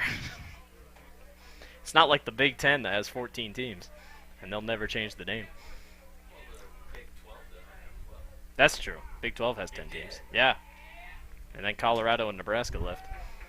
Well, like the Big Ten had 11 when they added Penn State, so that's why it's 11. Nice little design. Nebraska, Maryland, and Rutgers. 14, the Big 14. 1 ball and no strikes. Bases loaded here for Grinnell with Stewart up to bat. That one's in there for strike 1. Thompson's going to try to get out of here with nothing given up. We were trucking along, and now we've just been stuck in the 5th inning. So that's how our luck goes tonight. 1-1. Stewart grounds it. Nice play by Thompson. He'll throw it to first. And Benton gets out with anything given up. 3-0. We're headed to the 6th. The engine makes the power. The transmission sends it to the drive shaft. The drive shaft turns the gears. The gears turn the axles. The axles turn the wheels. Together it's the powertrain. And only at West Finch Auto Plaza, every bit of it has a 100% warranty. Forever. No parts, no labor, no deductible. You can't buy it. It comes with the car whether you want it or not. Only at West Finch Auto Plaza, where you always get a great deal and a great deal more. The engine makes the power. The transmission sends it to the drive shaft. The drive shaft turns the gears. The gears turn the axles. The axles turn the wheels. Together it's the powertrain. And only at West Finch Auto Plaza, every bit of it has a 100% warranty. Forever. No parts, no labor, no deductible. You can't buy it. It comes with the car whether you want it or not. Only at West Finch Auto Plaza, where you always get a great deal and a great deal more. Hey there, I'm Joey Pollyi, 3rd generation owner of Pollyi's in Grinnell. Since 1957, we've been serving you the flavors you savor. Dine in, carry out, or pick up our frozen pizzas for a night in. Our promise to you? Everything is made from scratch, and we only use the freshest ingredients, guaranteed. Plus, get your kids signed up for our Pags Pals program to get free pizza and shirts. Visit pollyi'sgrinnellia.com or ask your server how to sign up. See you soon at Pollyi's Pizza Grinnell on 5th Ave between Main and Broad Street. The Tiger Sports Live Stream Network is brought to you by West Finch Auto Plaza, Pollyi's Pizza, and this inning is brought to you by Britt Nickel State Farm. Landon Schmucker, the senior, up to bat here for Benton. They trail Grinnell 3-0. So many times tonight. Both teams got guys on base, just really haven't done much with it. As that one misses the zone for ball 1.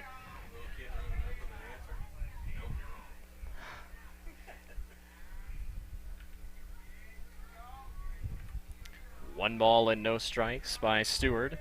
That is skied up foul. Owen Kaufman will run over. The catch will not be made as it's too far gone.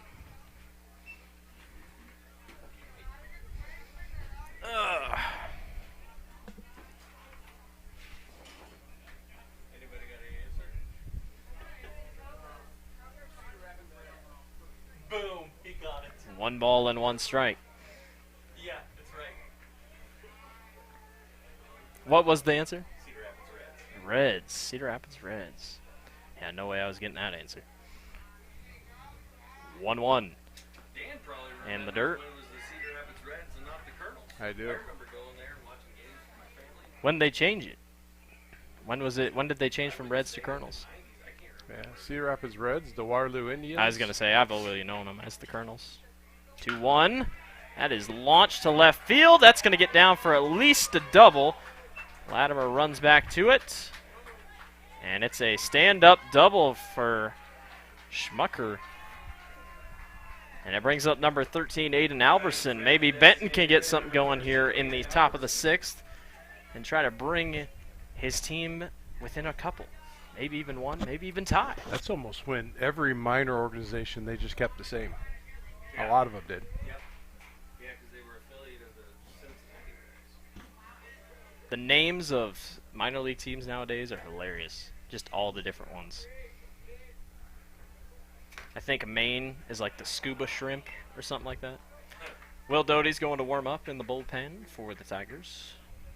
And by bullpen, I mean in the grass in left field. Not really much of a bullpen. Oh, no, so they called it a long jump pit when the insurance came to look at the derecho damage. They called it a long jump pit. Because they're so bad. 1 ball and 1 strike. Stanford did a lot of work to them this spring. They're actually decent. Yeah, derecho hurt both these teams respectively. Fences came down over here. The outfield fences were hurt a little bit.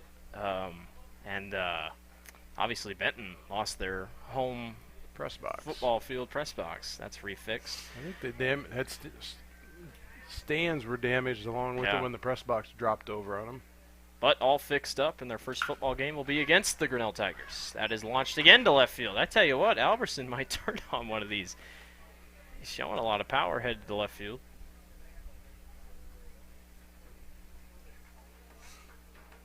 Grinnell's kept the steady 3-0 lead for a couple innings here, trying to set their sights on finishing it just like it.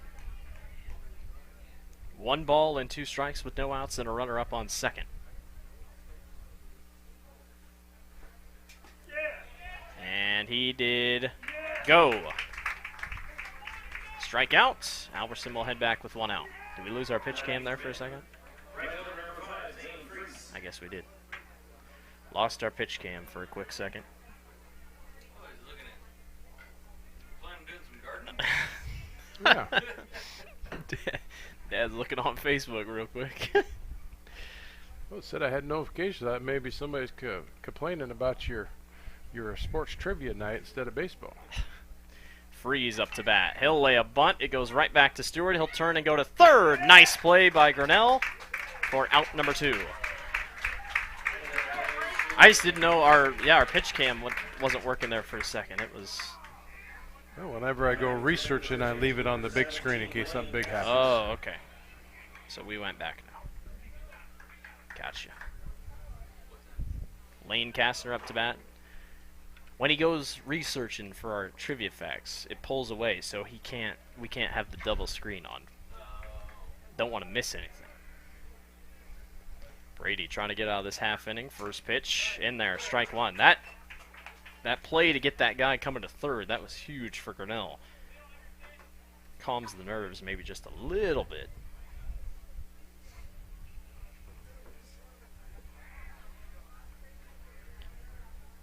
A 1 outside, 1-1. Kastner 308 on the season in the batting average category. It actually is nice out. This temperature seems like it's dropped a little bit. Now, temp went down, or the sun went down. 75 degrees. I saw it's supposed to get down to 50, I think, Sunday or Monday night. I can't remember. Strike 2. It was chilly this morning going to work. It has been, if you want to know how bad the drought is, it's been 18 days since it rained here in Grinnell.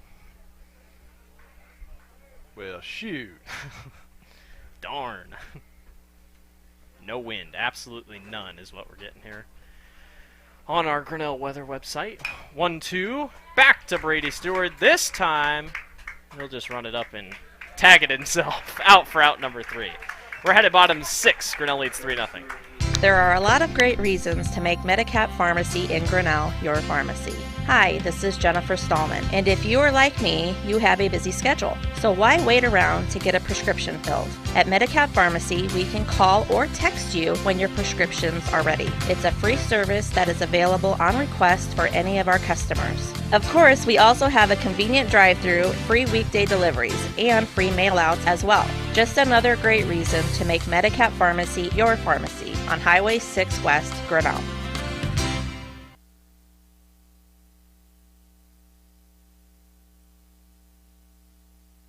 Grasshoppers, turtles, polar bears, and chunky monkeys?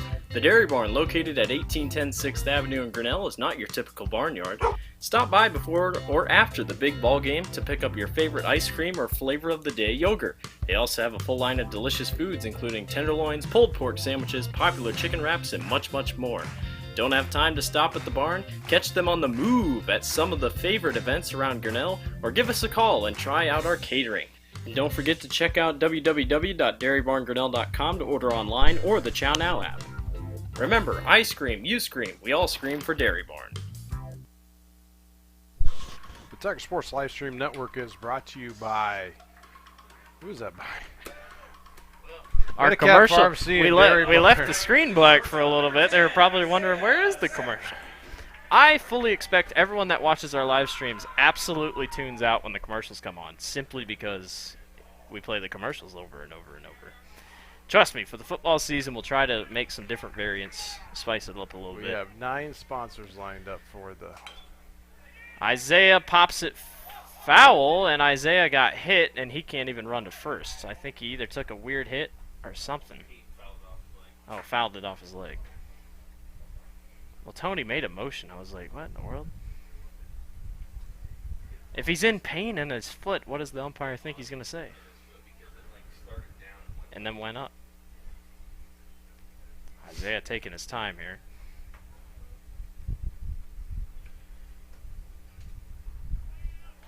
And he's out. What in the world? Okay, then. So, it'll be Alex Smith up to bat. Isaiah not happy at all as he went back to the dugout there. I mean, it went right off his leg. I don't...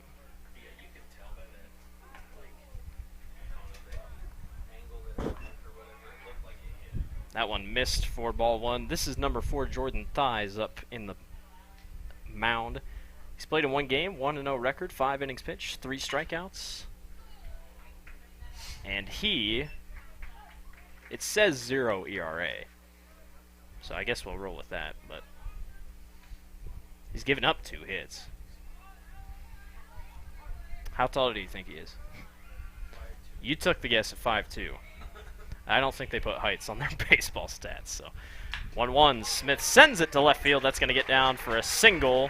Maybe a double. Nope. Nice grab by the left fielder. Alex will stay at first. And Grinnell's got a runner on here in the bottom of the 6th.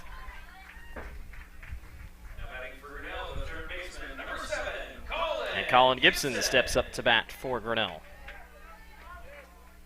If this game keeps moving along, this thing's going to finish before the sun even is completely down. Which for Benton fans, what is it, an hour drive back to Benton? Yeah, probably. Roughly. Take the highway down there. That goes in there for strike 1. I wonder if they ever redid the grain bin that had that Belle Plaine painting on it. That like blew away in the derecho. That was always one of the things I saw when he'd head to Benton. You know, I think I saw that the 4-lane is, they opened up like 18 miles of it. Oh, wow. From Tama County and going across, so that'd speed the trip up a little bit. It's the summer of road construction, especially after COVID year last year, because I-80 is a mess. Colin rips it to right, foul. We're still waiting for the 1-2 punch of Alex Smith hitting a home run and Colin Gibson hitting a home run. It's like Dave said a couple weeks ago, we'll wait for it for the state tournament in Iowa City.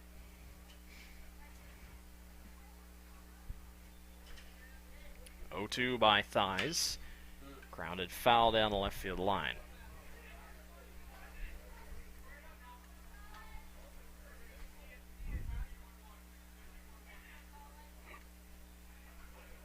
Calling on the season, 449, 22 hits, 2 home runs, 15 RBIs. That's tied with Alex for the most on the team. 0-2. Grounded again, foul.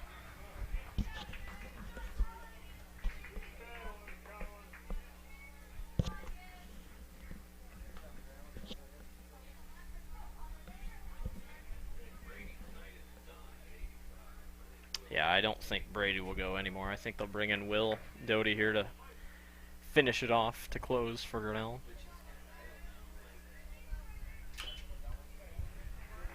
That's the fourth time in a row he's grounded it foul down the left field.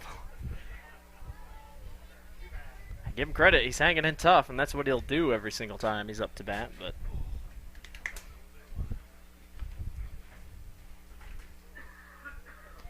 Thigh settles back in. And Gibson settles right back into the box. Runner on first with 1 out for the Tigers. He waited on it, and it goes for a ball.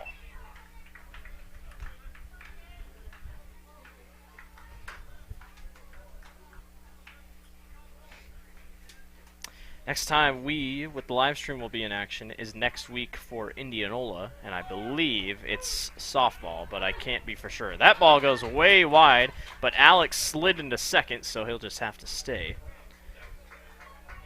And let's see. The Tigers, the catcher, number 5, Cole Johnson. We are doing baseball. Next week against Indianola at 7:30. That's when we will be back in action.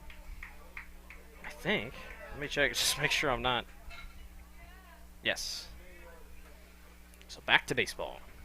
Grinnell trying to complete the season sweep over the Indians. Upstairs for ball 1.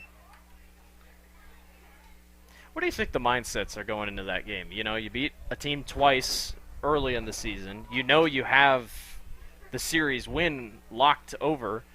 I mean, I just wonder how you. I'll probably ask Tony about that if he comes up and chats with us. But you know what? I just wonder what the mindset is going in. I mean, obviously you can't be lax. You don't ever want to lose. But 1-1 in there for strike 2. You got to think Indianola and Norwalk have dominated the LHC the last couple of years. So I guess you'd take any win you can over them. But that's the good thing about Norwalk. They get a doubleheader against them. Try to finish off and take the series. It'll be a tough one, but 1-2. That one's sent to left field, and the left fielder can't make the grab. It bounced off his glove. Johnson turns on it. He'll go to second. It is a RBI double for Cole Johnson. Grinnell takes a 4-0 lead over Benton. It just ran underneath it, fell right off the tip of the glove. Right on top. And I think we're going to have a courtesy runner. It will be Dallas Sauser trotting out.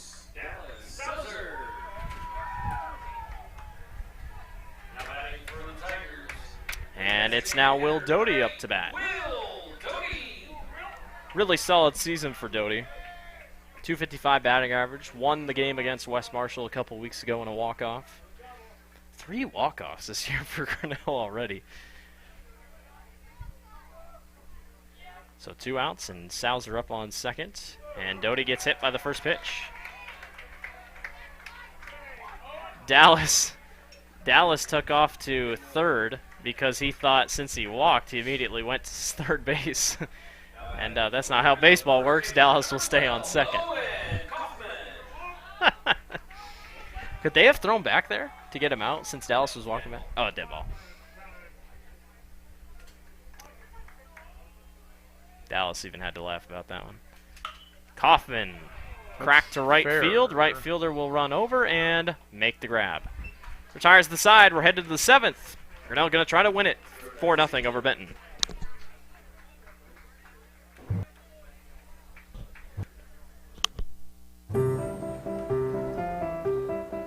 This is a story about signs.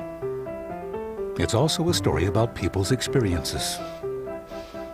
The humble sign. They are everywhere. But signs are more than just a plaque on the wall, an arrow, or letters on a building exterior. Signs help you leave a legacy or start a new chapter in life. All those signs have to start somewhere. And that's where we come in. We're your trusted partner in everything signage.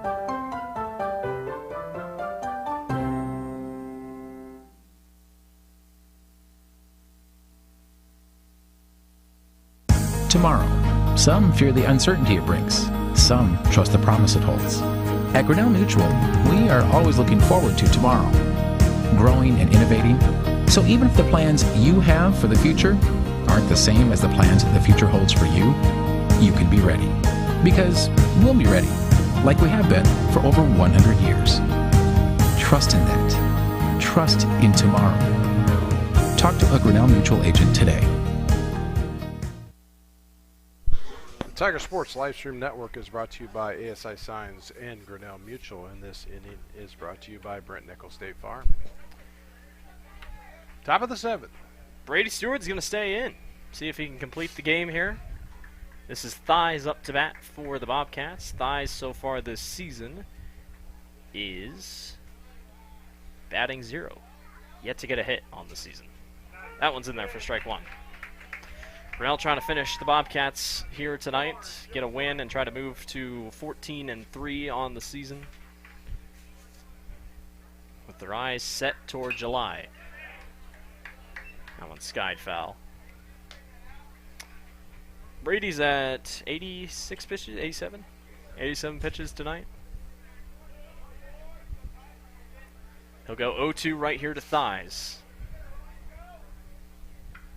Swing and a miss, strike 3, the 1 out down.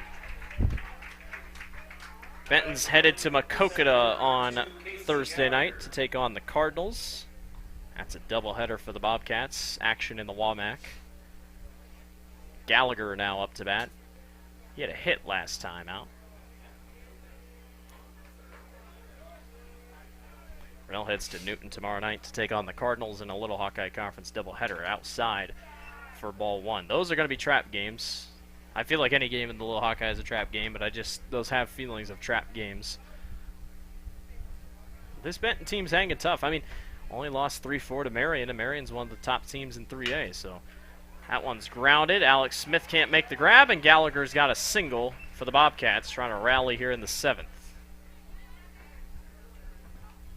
Evan Doherty to lead back off at the top of the batting order for the Bobcats.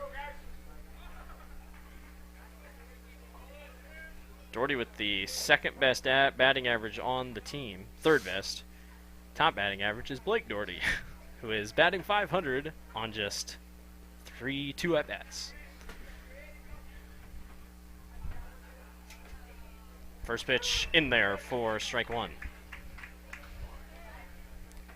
Be pretty big, wouldn't you say, if Brady can finish here? Just make a complete game out of it.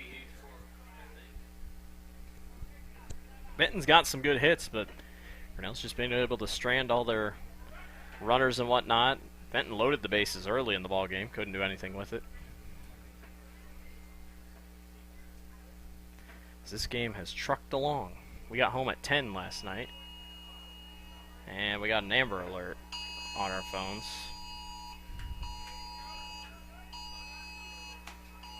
That one's in there for strike 2.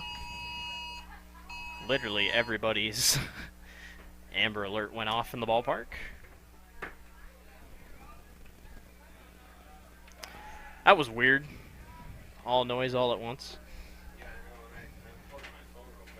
Oh yeah, the noise might go over the top of the loudspeakers.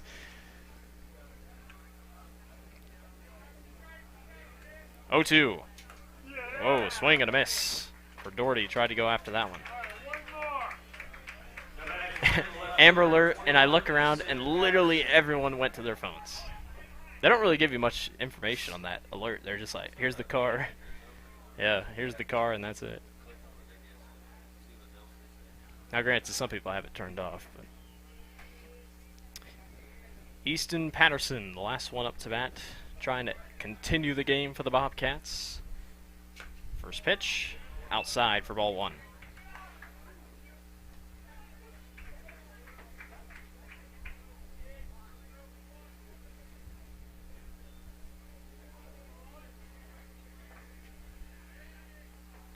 One ball and no strikes.